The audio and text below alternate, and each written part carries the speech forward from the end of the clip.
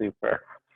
Okay, well, look, thanks for that. I was just thinking about this at the start. I was thinking this is my favorite show already because everything was going so super smooth. There's no delays at airports and no shippings that didn't happen or not waiting on a booth to arrive. So I guess I just I just scrapped all that. So anyway, look, thanks a lot for having me, and really interesting to be doing these things from afar. You know, we're usually on site doing these shows, and I guess the reason for that is that everything has changed, as everybody knows.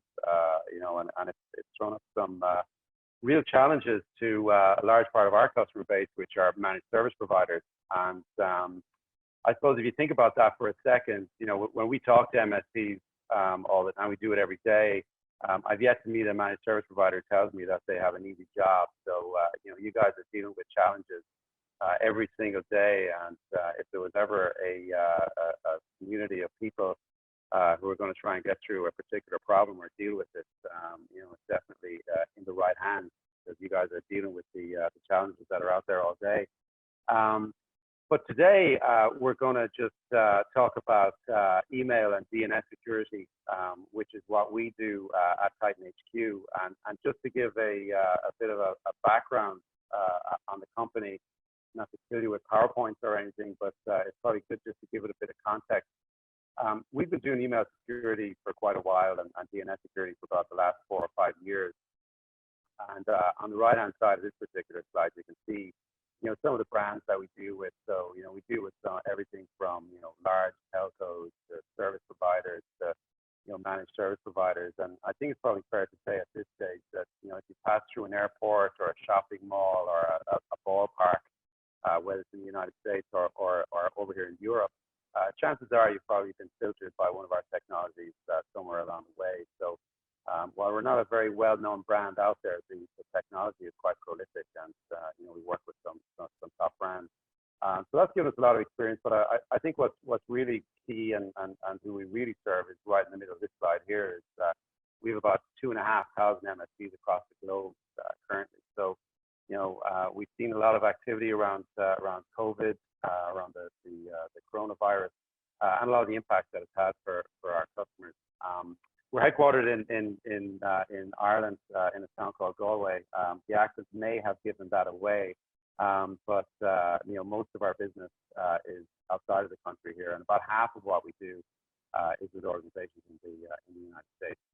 So a lot of experience in the field, and what I want to do today, just for a short period of time, is just have a bit of a conversation about email security, what we're seeing out in the market, and DNS security, and just relate it back to managed service providers, and hopefully give you some insight as to what's changed, you know, some things that haven't changed, and really, you know, probably going to echo a lot of what was said in the previous conversation by Tyler around phishing. Is probably really the biggest fear, the biggest threat as we all move to a mobile environment. So just to talk about email security first, you know, and what's changed. The good news around email security, you know, certainly relative or in relation to COVID-19, is that not much has changed at all. Fortunately, email technology is rooted in the past, and a lot of the underlying technology with email has been around for decades, frankly. You know, the ways that attacks occur by all means have changed, and detecting them can be a bit more difficult. But really, it's the same kind of threats that we're seeing out there. But when it comes to access, you know, with the mass adaptation of the cloud over the last few years, we're all used to getting our emails from our phones, from our homes, on a laptop, in the office. So really nothing has changed in terms of the fundamental technology that's driving email. So that's the good news. MSPs have done a great job at you know, building email infrastructures, maintaining them, making sure that they're as secure as possible. And they've already made sure that we're able to get them while we're on the move on our phones and on our iPads and devices, as I said. Also, really, in terms of email security, the technological requirements, you know, for what's happened, and what's happened is that we've all moved, we're all working in the mobile space now. But really, the underlying technology to catch the bad emails or the infections really hasn't changed either at all. You know, everything is pretty much the same. But like I say, the context of it has shifted slightly. And if we're to talk about things that have actually changed in the last number of weeks since this has happened, it's really there's two things to talk about. And the first is the messaging. So traditionally, and it was touched on in the earlier presentation, if I'm a Citibank or a Citigroup customer and I receive a phishing email, that might be relevant to me, and the mass phishing email will always take that risk. And all it takes is for one or two of these emails to be successful for it to cause quite a lot of damage. But the flip side of that is if I'm not a Citigroup customer, it really means nothing to me, and I can see it for what it is straight away, which is a fraudulent attempt to try and get some information out of me. So the messaging has changed around COVID-19, and that's something that's really interesting because the hook is now relevant to everybody. So when we talk about phishing, they talk about the hook associated with it, and the hook for me is what interests me or what draws me in or what tempts me to hit on a link or to follow a message or to provide information. And that hook now is relevant pretty much to everybody. And that means, that leads me on to the last point there, which is that the scale of this has grown. The scale is huge. No longer are we talking about a subset of a set of customers for a particular organization, whether that's a bank or a technology company. We're talking about something that's near and dear to pretty much everybody on the planet at this stage. And that's that our world has changed because of this thing. We're all interested in it. We're all interested in learning when our lives get back to normal, how we can mitigate against it, and how we can stay safe. So in terms of the hook is extremely relevant to everybody. And as we've moved away from the office and as we're in this kind of isolated environment, and as there's a bit of turmoil there, it means that we're more hungry for information, and the internet is absolutely the central focus of where we're getting our news. Newspapers aren't being sold as much. People aren't going to the stores to buy them. So it's all coming from the internet. So it's quite easy to get distracted by the story and actually fall for one of these hooks and get lured into the attack. So we've seen a lot of these emails, and it's not just in the last couple of weeks. I think people need to get rid of the concept that some of these bad players are potentially behind the curve, or that it takes a while for this stuff to proliferate across the internet. The current pandemic or COVID-19 outbreak started in China in mid-December, as everybody knows.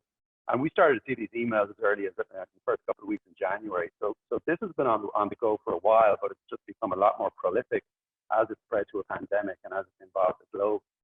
And just to give a couple of examples of some of the kinds of potential attacks or attempted attacks that we've come across, and they tend to focus on different things. This one is quite a common one.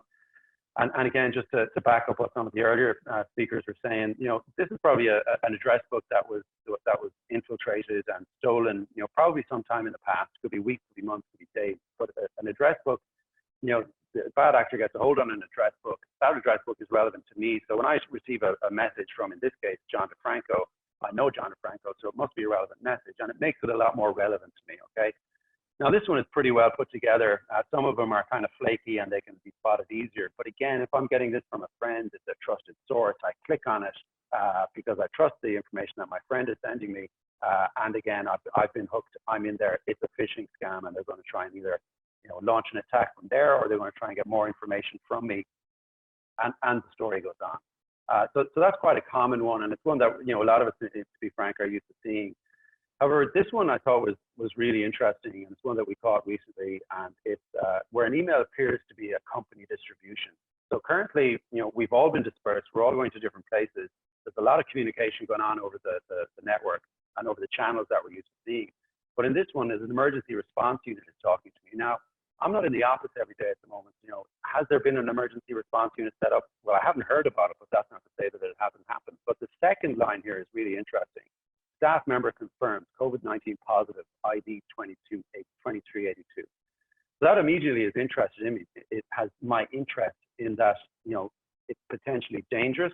It potentially concerns me. Do I know this person? Have I come in contact with this person? So it's actually quite a smart way of trying to get me hooked in again, to have a look and see, who this person is and if it actually affects me. So the authority here is the company that's talking to me through what looks to be a company distribution, but of course it's a fake email.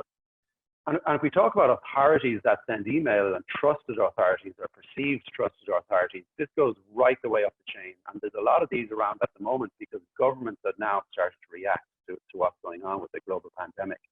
This one mimics the UK government, and it's quite smart in that it's not really promising me a whole lot. It's just promising me a small amount. You can see there, they're telling me that, you know, they owe me £128.34.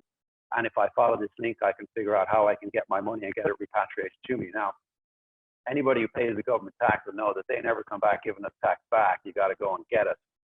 But again, in an environment where there's a lot of uncertainty, people's incomes have definitely been hit. These are tempting messages to click on. You know, in a similar vein, you know, countries around the world and governments around the world are making funds available for people who've been hit by this, and they're handing out grants. So particularly nasty messages that are going out there, you know, appear to be, again, from a trusted authority, which is either your health service, but some government entity that's basically saying, follow this link, give us your information, and claim the $2,500 in this particular case that's due to you because of the fund that the government has made available. So again, the way that these threats are operating aren't different from anything that we've seen in the past, but the messaging has changed. And again, the breadth and the scope and the reach of these messages is absolutely huge. The potential, which is huge, because it concerns us all. In terms of, you know, ways to mitigate against these kind of breaches happening, and again, things really haven't changed here, but they've just become more important. We're not in the office anymore. We are in a distributed environment. So internal communication becomes much more important than it has been in the past. And we'd always encourage our customers, and certainly our service provider customers, to make sure that they do have you know, remote working policies that they can push out to their end users. And that remote working policy should have things like messages to say, there will be updates on the company, and these are the channels that we're going to use. That might be on a Teams, in a Microsoft Teams environment. It may well be on email, and it may well be in other channels that you're used to using. But there should be definitive messages in terms of where I should expect to get updates, you know, from the company in particular, okay? And whether I should be clicking on links or downloading files. But because we're working remotely, we can't ask the people that are sitting next to us necessarily, hey, you know, have a look at this. Does this look right? Should I click on this link? So internal communication is really important, and good to know that bad players thrive on poor communication. If there's any doubt in my mind, if I'm not sure, that just ups the possibility or the probability of me clicking on a bad link. I've heard the next point raised over a number of presentations, and I'm certainly not going to take it out of my presentation because it's absolutely valid. And I know from our technology that there's a whole pile of updates that happen. Some of them happen in real time, and there's no intervention required. Others happen automatically and are sent out sporadically. But there's other updates that we send out, which are potentially dot releases or major updates that we push out to our clients around the world. And systems admins prefer to do those updates themselves so that they can put it into a maintenance window so that they control it and do it themselves. But either way, you're not necessarily up to date automatically. And I just encourage all systems admins, most of you guys know this, but especially in this time, it's really important to make sure that all of your systems and all of the updates are there and installed and operational, because there's just too much, it's just too risky at the moment. The third point here is one that I've actually got from I've stolen from the pandemic that we're all hearing to, and it's something that a healthcare worker said to me, and it's the assumption that has to be made at the moment. You just have to assume that everything is infected. So when you're out in the big bad world and you're out of the safety of your home and you're touching things and you're opening your car and you're pushing a trolley in a supermarket, the best way of protecting yourself is to assume that absolutely everything is infected. I'd encourage people in terms of IT cleanliness, I suppose, or hygiene, for want of a better expression, to assume the exact same thing. You've got to assume the worst and assume that that link is bad. Make the assumption that if that attachment looks to be out of place, that it probably is, and take all steps that you can to make sure before you click on it or have a look at it that it's actually not infected or that it's authentic. So just the best way is to develop that form of paranoia to assume that everything is affected. Now that might sound kind of extreme, but when you look at the trade-off between, you know, clicking on a bad link and potentially, you know, costing your business, like we saw earlier, you know, 15 to 20 days of downtime, some kind of a ransom, you know, the payback the bad players is big enough, and the risk is high enough for you to actually have your workers, especially in this environment, to just be paranoid and extra vigilant about everything that they're clicking on and seeing passing through their mailbox. And the last point is that, good practice around this has not changed at all. Again, they're phishing emails, they're spear phishing emails. All of the attacks are the same. And the good hygiene and the good practice around it is exactly the same. Look for spelling errors in a URL. So if I'm sending a URL to you for our company, it's titanhq.com, TITANHQ.com. If I add an extra N into that, TITANNHQ.com, are you going to see it before you click on it? It's those kind of things. Scrutinize the URLs. Go directly to the website rather than clicking on the link. All websites now have search functionality within them. If you're looking for a particular section, you can usually find it from the front page. And be suspicious of unusual requests. So if it's an unusual request, somebody asking you for something strange, something that's coming from a channel that it generally doesn't come from, query a question it, like somebody said earlier, pick up the phone and talk to the person and say, is this something that you asked me for? Is this something that you need? So good practice hasn't changed. And for the most part, email security is in a good place for this, although the risk within it has increased. The same things that you've been doing every day are going to keep you safe as we move forward.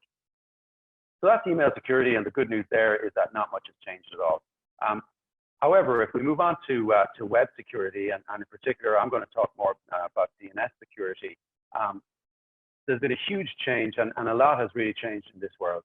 So, we've moved from a situation where, we've got a fully distributed, a workforce that's entirely in the office, or, certainly for the most part with our managed service providers, and most of the MSPs that we deal with will deal with small to medium-sized businesses. But the majority of their customers on a normal day are in the office, they're at their desk, and it's in quite a controlled environment.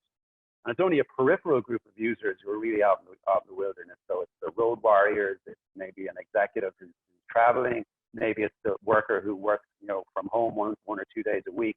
And they're controlled, they're identifiable, and they can be locked down in an appropriate way. That entire picture has flipped on its head. So now you've got a situation where if there's anybody in the office at all, it's only a skeleton crew.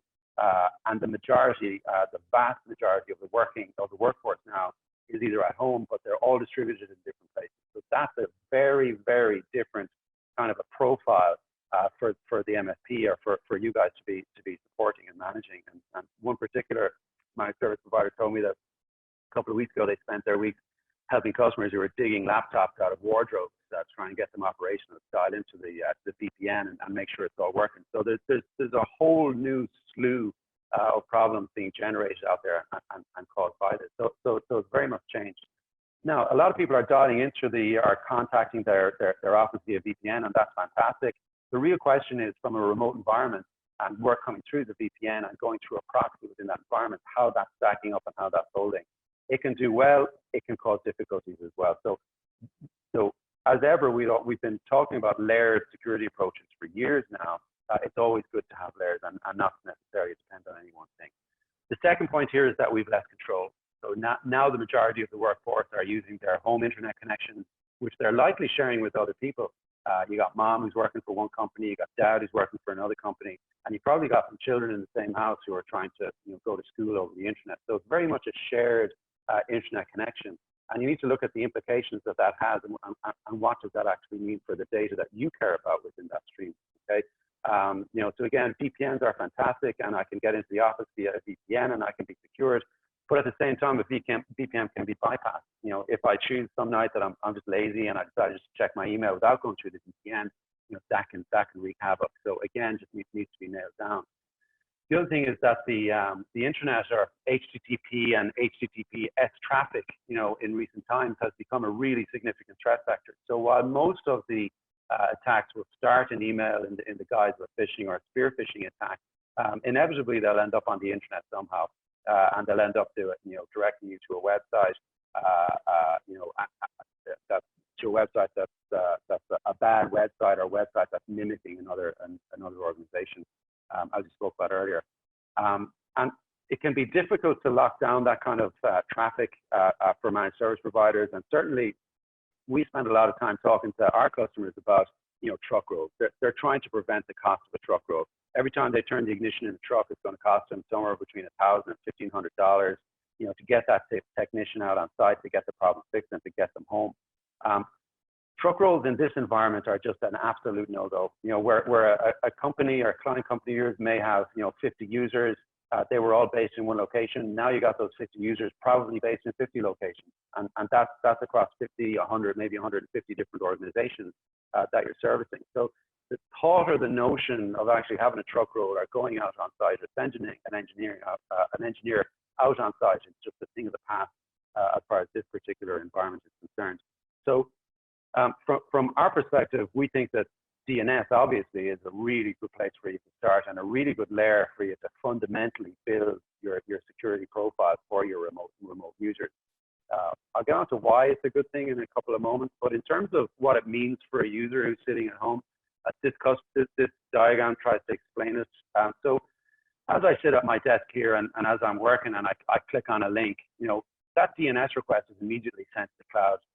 It's sent to a service like Website and Cloud, which is our particular service, or any other DNS filter that's out there.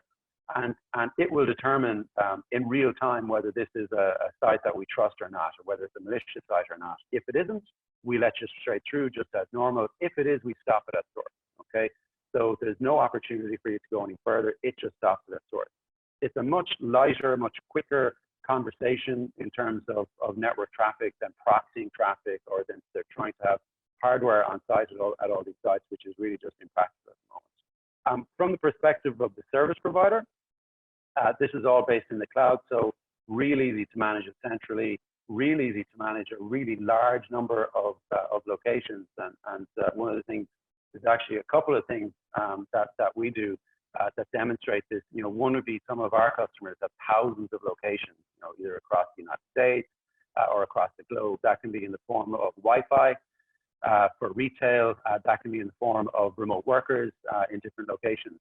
We've also been very busy recently rolling out school workers, our school students at home. So the educational system has pretty much deployed overnight, which means that schools, and especially K-12 students, need to have CIPA compliance. There has to be CIPA compliance on their machines for you to for them to be receiving education or accessing educational channels over the internet.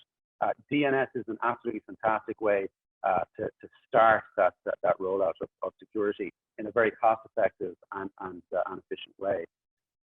And that's probably the main point, here for the audience that's listening. And I'm sure that a lot of the partners on the call here already have DNS infrastructures, covering their internal environments or their office environments. But it's also important now to start to consider to roll that DNS out to the remote locations as well, just because it's much easier to do than to get hardware out there. Like I said, there's no hardware requirement. A lot of times there's no software requirement for it either, and it can be rolled out extremely quickly. So you can get thousands of locations out in minutes, which is quite unique to this technology. The other really interesting thing about DNS is that for something that's so easy to deploy, it's usually the first port of call for many attacks. So let's just say a payload does make its way through the net. It gets through your email, or it comes in through a USB, or through whatever method it makes its way in. Generally, the first thing that payload is going to do is send a DNS request to call home and come back to the command and control center.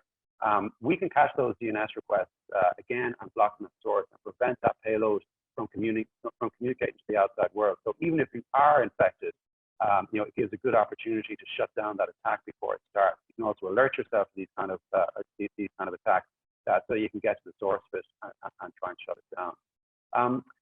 The third point here is probably one of the strengths of using cloud-based technology, certainly, but definitely DNS-based technology also, which is that you're really leveraging real-time protection. So when you have hardware on site, or if you're using some local software, there's a lot of updates that need to happen there.